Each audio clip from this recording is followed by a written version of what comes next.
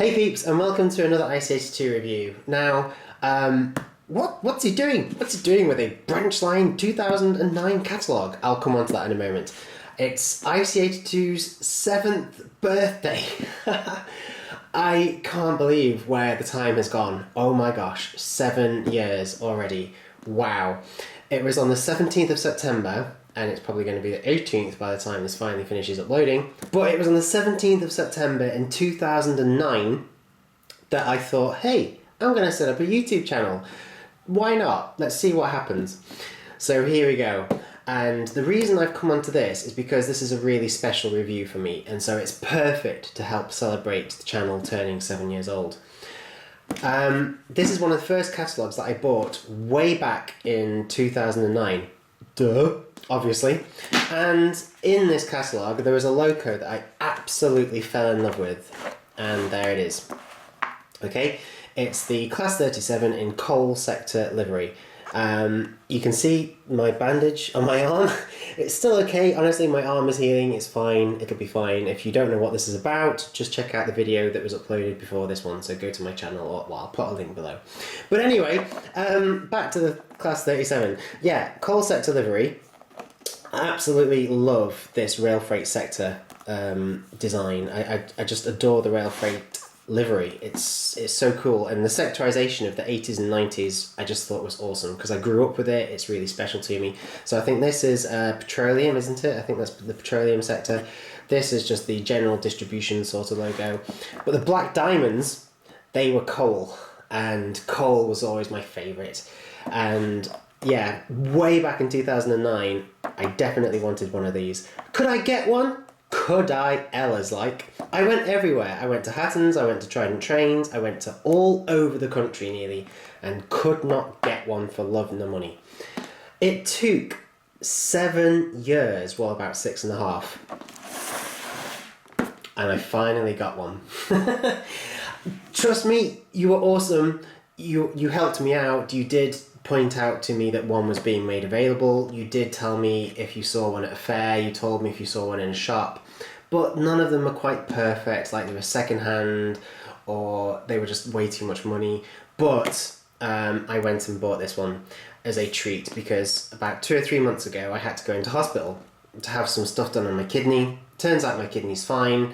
I just need to look after it better, drink lots of water, and as a treat I basically bought myself a DCC SOUND Class 37. So why this is really special is 2 reasons. The first reason is it's my first ever DCC SOUND loco in diesel that belongs to me. I've done ones in the past, but they haven't been mine. They've either been sent in by somebody or they've been for somebody else. They have not been mine.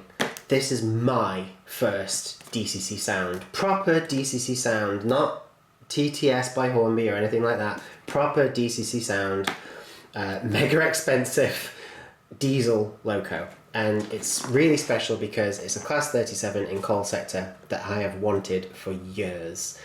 So I'm really, really excited about this, really happy to bring this to you. It is the perfect review to do for celebrating 7 years of IC82. So I just had to put a cut in there because someone's flying a microlight over above. It's a really beautiful sunny evening though, so I can't blame him. Anyway, so flipping it over onto the back then, you've got quite a lot of information about it actually. It talks about how it's a Type 2 English electric. It even talks about where it used to run, what kind of duties it did. You get a really whole load of nice information on the back there. Apologies, just had to cut again because I've forgotten my notes. But whenever I do a review, I always do a little bit of note making first. So I can tell you that it's English Electric, that's the manufacturer, the real thing, not this. This is Batman, obviously. They were made at the Vulcan Foundry, mostly, which is actually just up the road. Well, not up the road, but Newton-le-Willows. Newton-le-Willows, it's a really weird name. But it's a place just outside of Warrington, it's in Lancashire, well, just about, it's not far from Cheshire. Over 300 of them were built between 1960 and 1965, so they're really old now, but some of them are still going. Top speed of about 90 miles per hour. Not that you ever really saw them get up to that sort of speed. I think they did about 70 or 80 mostly, but they could do 90 if you absolutely had to, which is quite amazing because they're not the most aerodynamic of trains. A maximum tractive effort of about 55,000 pounds per square foot or something like that, which is huge, absolutely huge. I mean, I think it's more than a Black 5. It's probably double a Black 5. It's probably more than a Princess Coronation, I'm not too sure. But a continuous, realistic tractive effort of about 35,000 pounds per square foot. Basically, really strong. They're very versatile locomotives. They're kind of like, they kind of are like a new Black 5. The kind, in the fact that they were just all over the country, literally across the entire country, from the Scottish Highlands right down to the Southern Railways and Cornwall and stuff. You would see them everywhere across the whole network. Just so versatile. They could haul passenger trains, and they often did, right across the North Welsh coast, which I absolutely want to do, and I haven't done it yet. And you know, they were painted in Regional Railways livery, so yeah, they really did do it. Plus, they were painted in sectorisation, and even once EWS came along, they were painted in EWS as well. And there's still some going. I think you can get them in DRS. I think there's even a West Coast Railways one, if they're still going. I know they got in trouble a bit ago for some accidents or something. So basically, awesome loco in real life, awesome model in model life. And this is a DCC Sound version, so it's basically the bee's knees, which is a much more politer version than the other one, you know, the dog one. Anyway, let's get it open and see what's inside. It's this absolutely beautiful packaging by Bachmann that we've come to expect now and gotten really used to. So just take off the sleeve, and then you've got this. I think it's kind of stuck, hasn't it? I think even like official companies are using it now. But it's what I call the block of ice, because it's like it's been frozen solid. Look at that. But basically, it's just another sleeve which you slide off, and then it reveals this sort of clamshell design where the loco is packaged up nice and sound. Putting the loco to one side, let's have a tiny, mega brief butchers through the gumph. So basically, we've got a care sheet here which details all the different parts should any need replacing, which is really good of Bachmann to do that. And Hornby do a similar thing, although it's perhaps not quite as detailed.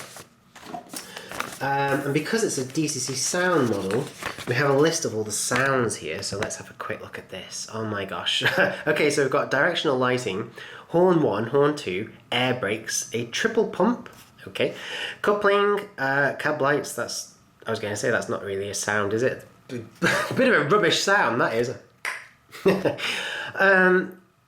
Not NA, no, not applicable. Not applicable. Right, so there's nothing assigned to function 8. Maybe it's just been kept in reserve for something. Flange squeal. Oh, I love flange squeal. I live for flange squeal. Honestly, flange squeal, it's amazing. Spirax valve. Now, that's familiar. I've come across that before. It does sound like it's a Doctor Who baddie, but I've been told it's genuinely something that you do get. Guard's whistle, and then something to adjust the volume level. Because it's such a fancy locomotive and it has this really expensive fancy DCC chip inside, there's basically a whole load of stuff on how to care for it. I mean, even like a proper run-through procedure in order to look after the chip and make it as realistic as possible. CV reprogramming. This is something that you can do if you have a really, really fancy DCC controller, which I don't yet, but I will get one, I promise. It's like 200 or 300 quid. So it's a big, big purchase, and as you know, I've been spending literally all of my money on the house lately, so I just couldn't do it. But I will get one, and I'm going to ask for your help in basically getting me a really good one, because I have looked at them, but I'd like your input, because most of you have already got one. So, yeah, definitely something to hang on to. And then this is the warranty sheet. Basically, everything that you buy brand new has to be good for at least 12 months, and this is no exception, and I'm sure it will be, because it's Bachmann and it's a really good model. So look after all of that, put it to one side. So let's have a look at the loco then. Well, the first thing to point out is it weighs a ton. Not literally before you start having a go at me, but it's really, really heavy. Honestly, it just weighs so much, and that's really good. That's a good thing, because it means it's going to have loads of traction as it grips those rails. And that means that we're not going to need those nasty traction tyres which just snap and fling off. Talking of snapping and flinging off, we've got a little bag of detail here which is I have already opened, possibly for photo purposes. So you've got a DCC blanking plate there. It looks like a Bachmann 21 pin, and then you've got some spare couplings, some vacuum pipes that need putting on, and I say vacuum, but it's basically brake cables and electrical cables and stuff that are used for multiple unit coupling and stuff. I haven't put everything on yet, as you can see.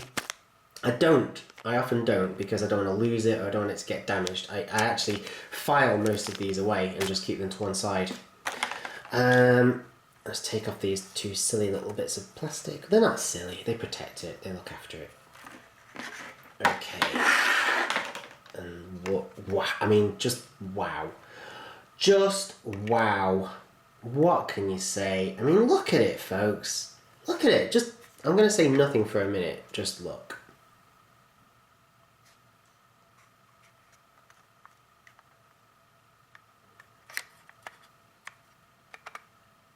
Ooh, it's a bit dusty though. I'll tell you what, I'm going to get a little brush and just wipe off that dust and then continue with the review. And we're back. So apologies, I did say I'd be quiet for a minute, and I think I made about 10 seconds. I made it to about 10 seconds. Right, yeah, look at it. I mean, it's just stunning, and it's what we expect. So you can see the Bachmann logo on the bottom there, and then there's some switches here for the lights. I'm pretty sure they're lights. So basically you can decide whether you want the tail lights to always be on or always be off, and it's the same for the cab lights. The DCC SOUND logo, I'm just going to quickly check to see there's no traction tyres. Of course there aren't. It doesn't need any. It weighs that much. It will genuinely have enough grip without them. And everything else about the model is just stunning. The doors don't open, but that doesn't really matter, does it? I don't think we need to get too hung up about that. Proportions wise, it's spot on. All of the lights work, you'll see in a moment. I love the buffer beam, basically, where you've got this sort of, well, it's a snowplow essentially. Not that it was always used to clear snow. It would basically be used to clear anything out of the way, so the odd little bits of, tree, a dead goat. Trust me, on the lines they've run on, especially around Wales, that does happen sometimes. So yeah, they would be useful for things like that, although they didn't always run with snowplows attached. I do have video footage of Class 37 shooting past, and they don't have any snowplow or anything like that. It depends where they ran. In fact, there's a nuclear power station in Wales somewhere, isn't there, in northern Wales, and I think you could, certainly in the 90s and 2000s, see a Class 37 going to that power station and back.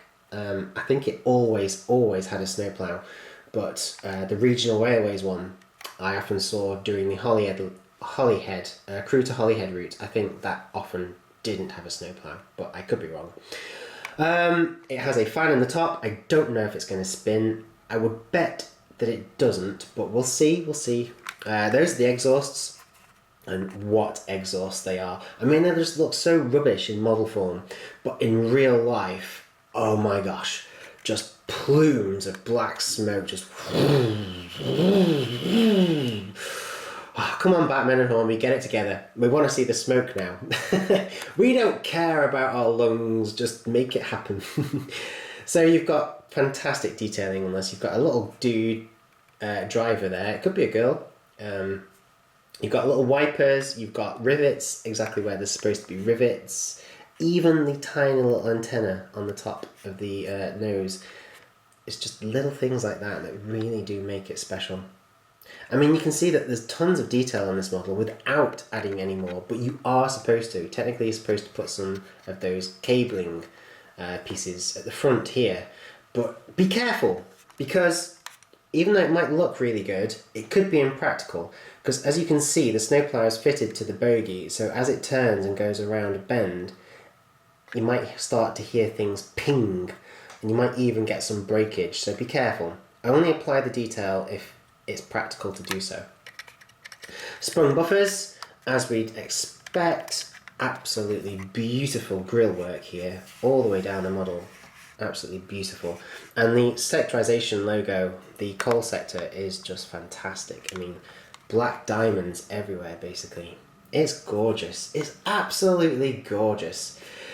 And I bet it's going to run like a dream. Okay, so here we are over at the test layout. Yes, we're still using the test layout, but not for much longer. Basically, as I've told you in previous videos, all of this flooring is going to be ripped up and relayed, and that means the track's going to have to be relayed too. We can't do that just yet, trust me, we've got enough on, but it will be happening soon. And again, I'll be asking for your input and your help when I do get to that stage. So I'm just going to put the Class 37 onto the tracks with the little dude driver pointing this way. So wheels on, wheels on. It's a Coco unit, nothing to do with serial, but basically all axles are powered. So incredibly strong locomotive in real life, and trust me, the model is going to be no exception. Okay, it's DCC, so we're going to use the Hornby E-Link software to actually control this, because that should give us access to all of the sounds. So I'll just set that up now. Okay, all the sounds have been entered into the Hornby E-Link system. They've had to be done manually because obviously this is a Bachmann loco and the E-Link software is by Hornby, so nothing has been preset. But in terms of DCC control, basically you're good to go. There's quite a few sounds. It turns out you don't need the engine running to listen to them all, so we're going to go through each individual sound first. It should mean that you can hear them clearer, and then we'll actually fire it up and you can hear the engine, and we'll do some test runs and stuff. Okay, so the first one coming up then is the horn, which you have to not only manually switch it on, but you have to manually switch it off as well, otherwise it will just go on forever. But it sounds pretty good, so I like that. And then there's horn 2, which is also really cool, but will probably sound better once the engine's going. And then there's the air brakes.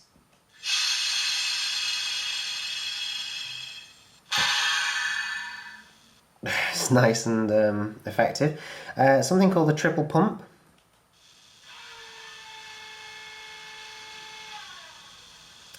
Sounds really cool. I have no idea what it is though, so don't ask. And then you've got a coupling sound. Short and sweet. There's something called cab lights. I'm guessing that's not a light though. Sorry, not a sound. I'm guessing that's something else. Yep, there we go. Okay, so there's a function to control the cab lights. Right. In terms of sound, not very good. Flange squeal.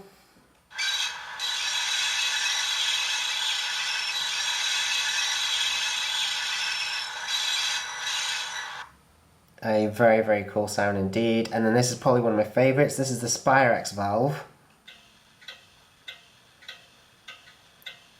I think it's something to do with the compressor maybe. That's something that you seem to hear running once the engine is in tick over. And then there's a guard's whistle. And I think that's it. So we can fire up the actual engine now.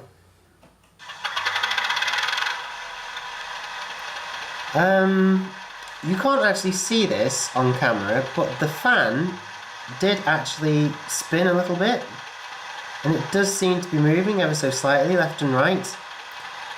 I'm thinking the fan is actually motor controlled.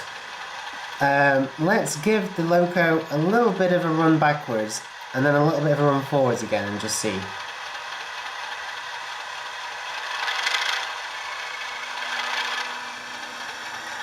No, the fan isn't actually spinning.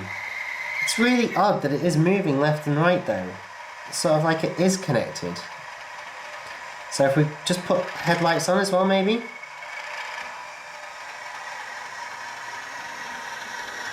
Or maybe not.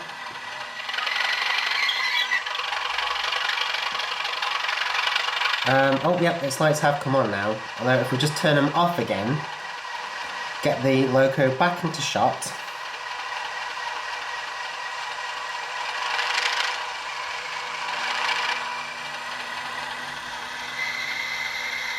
Okay, that's quite cool. You got braking even though it was only doing about 4 miles an hour. That was really cool.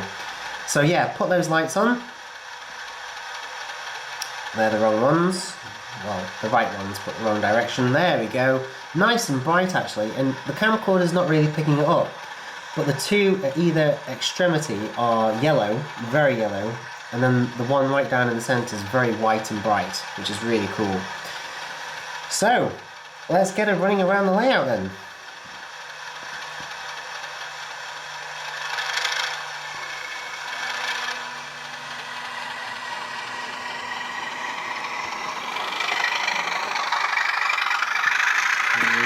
So far so good.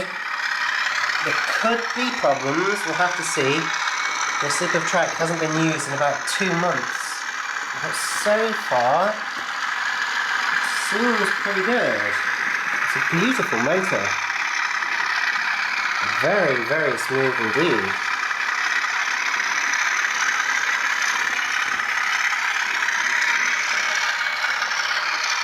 And of course, there's that unmistakable Class 37 sound. So I should just give it a little bit more acceleration.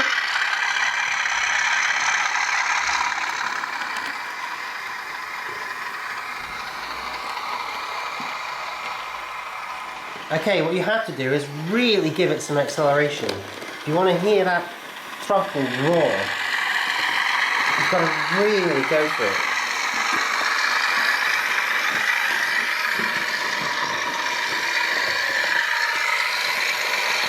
And as you can see, she's really thrashing now. But I'm very impressed. It's a really high quality model. Okay, if I start to slow it down and bring it to a stop, as quickly as possible. Okay, there's utterly no point to this because we know it's going to be fine. But I'm just going to give it a very quick haulage test. Okay, so if we just bring the sounds back on again. I'm just gonna, I know this is naughty, I'm gonna do this with the hand of God because the couplings are at slightly different heights. If I let it try and do it automatically, it probably won't connect. So I'm just going to, yeah, see the different heights, the mega boxes are coming in at a lower height. But if I just do that, there we go, we're coupled up. Again, I don't really see the point in why I'm doing this. It's not like it's going to struggle, but if I don't do it, you'll only complain. So here we go, Class 37 coal sector, take it away.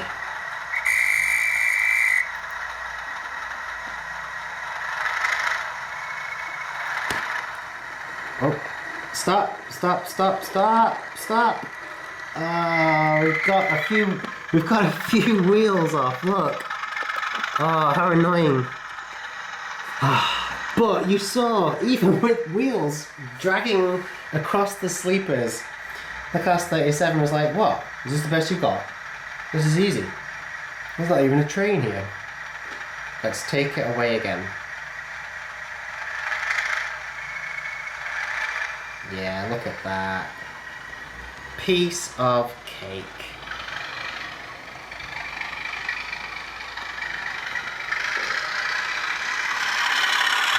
Here she comes. Look at that. Listen to that. So guys, what do I think? What do you think I think? It's wonderful. Everything about it, the detail, the model, the smoothness of the motor, the sounds, they're really clear, they're really loud. And look how strong it is. All 5 megaboxes. A total weight of about 5 or 6 kilos or something. And it's like it's not even there. What a wonderful entry to diesel DCC sound. I'm going to need more mega boxes.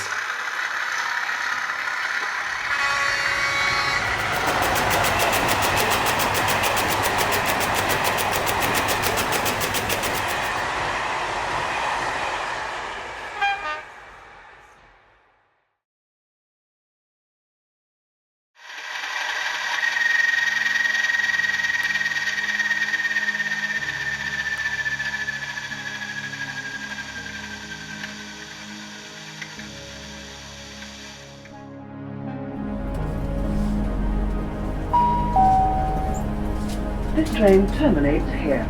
Please ensure that you take all your belongings with you when you leave the train. Thank you for travelling with us today. Hey peeps, I hope you enjoyed this video.